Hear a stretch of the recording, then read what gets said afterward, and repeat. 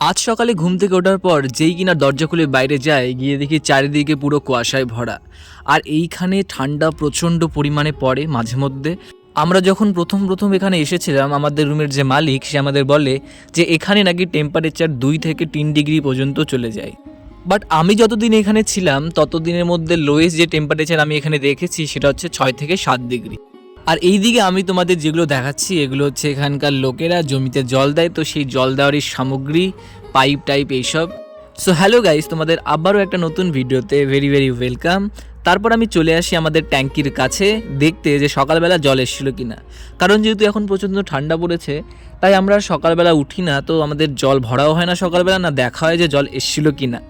আমি তো ভেবেছিলাম আজকে সূর্যের মুখ দেখতেই পাবো না, বাট কিছু বেলা যেতেই সূর্য উঠেছিল। আর তারপর আমি গ্যাসের মধ্যে চড়িয়ে দিই ভাত। আর আজকে আমি বানাবো সর্ষের শাক। আমার সমস্ত রকমের শাক খেতে ভালো লাগে, লাল শাক, সর্ষের শাক, মূলোর শাক, বাট পালং শাকটা ভালো লাগে না। বাট এখানে যেহেতু টাকা বাঁচানোর জন্য আমি পালং শাকটাও খাই। আর তার সাথে আমি বানাবো আলু সেদ্ধ আর এই মটরশুঁটি দিয়ে একটা ঝোল। তো তার জন্য এখানে কিছু মটরশুঁটি বেঁচেছিল, সেগুলোকেই উঠিয়ে নিলাম, এবার বাজবো।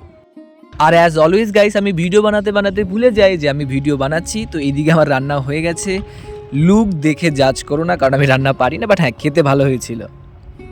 এতদূর পর্যন্ত ঠিক ছিল গাইস। আর এখন তোমরা যে ফুটেজটা দেখছো এটা কিন্তু নেক্সট ডের। হ্যাঁ আমি ভুলে যাই, মনে থাকে না, আর এত ইন্টারেস্টিং কিছু দেখানোর থাকে না যে আমি দেখাবো। তো এটা হচ্ছে ওই সেই আননোন ফলের গাছ যেটা আমি তোমাদের আগের ভিডিওতে দেখিয়েছিলাম। তো স্যার একদিন এসে এই গাছের ডালপালাগুলো ভালো করে কেটে ছেটে রেখে দিয়ে গেছে।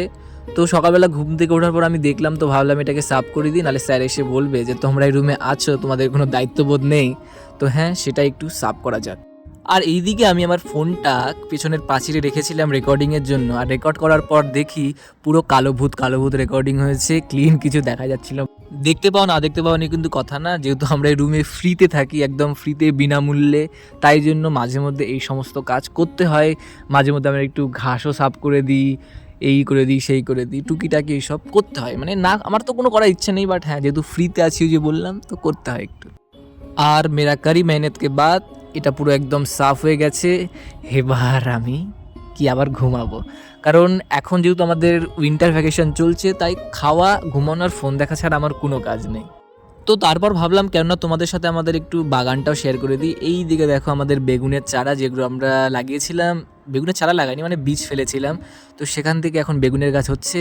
আর এই দিকে আমাদের টমেটোর গাছ। প্রথমে গাছ এখানে 40 টাকা কিলো টমেটো ছিল, তখন আমরা প্রত্যেক দিন টমেটো কিনতাম, মানে শেষ হলেই টমেটো কিনতাম। আর এখন টমেটোর দাম 90 কি 80 টাকা কিলো। এখন আর টমেটো খাই না, এখন আমাদের শুধু আলু দিয়ে কাজ চালাই। আর এইদিকে আমাদের টমেটো গাছ একটা টমেটো এসছে, যেটা দেখে আমি সব থেকে বেশি খুশি হই। আর এইদিকে হচ্ছে আমাদের ধনেপাতার গাছ। প্রথম পর্বে আমাদের স্যার ধনেপাতা লাগিয়েছিলেন, তার কোনো রেজাল্ট আমরা দেখতে পাইনি, তো এবার আমরা লাগিয়েছি। আর হ্যাঁ, এবার আমরা সাকসেসফুল হয়েছি। আর তারপর যেই না আমি আমার রুমে যাই, আমি পাই একটা বড় সড়ো সারপ্রাইজ যে আমাদের গ্যাস শেষ হয়ে গেছে। এদিকে ভাত বসিয়েছিল আমার রুমমেট, ভাত তো হয়নি। আর তার আগে আমাদের একটা খুব বড় সারপ্রাইজ পেয়ে যাই, আর এই ধরনের সারপ্রাইজ আমার একদমই পছন্দ না। তারপর আমি তুরান্ত বাড়িতে কল করি, গ্যাস ভরানোর টাকা নিই, কিন্তু গ্যাস ভরাতে পারি না আলটিমেটলি। কারণ গ্যাস ভরাতে যাবো না, আমাদের কাছে কোনো সাধন আছে না, আমরা কারো হেল্প পেলাম। তো তার জন্য এবার আমাদের কি করতে হবে, খেতে তো হবেই, আর খিদেও পেয়েছে খুব। তো তার জন্য চলে গেলাম বাড়ির পাশে এই জঙ্গল থেকে এই সব যতগুলো কাঁচরা মাছরা যেগুলো পেয়েছি সেগুলোই উঠিয়ে নিয়ে এসেছি। আজকে দিনটা কাজ চালাবো, কালকে দেখবো যে কি করে ভরানো যায়। দরকার পড়লে গ্যাসের ট্যাঙ্কি মাথায় উঠে হাঁটতে হাঁটতে যেতে হবে, আর করার কিচ্ছু নেই। সো দোজ হু থিঙ্ক যে বাইরে থাকা অনেক মজার, বাইরে থাকলে আমরা অনেক ফ্রিডম পাই, হ্যানা পাই ত্যানা পাই, এরকমটা কিচ্ছু না। বাইরে থাকলে আমাদের অনেক স্যাক্রিফাইস বলো, কম্প্রোমাইজ বলো, অ্যাডজাস্টমেন্ট বলো, অনেক কিছু করে চলতে হয়। তুমি যদি ফাইন্যান্সিয়ালি অনেক স্ট্রং হও তো তোমার জন্য অনেকগুলো পাথ খোলা থাকে, বাট তুমি যদি ফাইন্যান্সিয়ালি স্ট্রং না হও তো তোমাকে অনেক কিছু জোগাড় করে ম্যানেজ করে চলতে হয়, ইউনো। বাট আলটিমেটলি কিন্তু এগুলোই আমাদের লাইফে মেমোরি হয়ে থাকে, আর এগুলোই আমাদের লাইফে অনেক কিছু শেখায়, আর এটাকে আমি খুব এনজয় করি।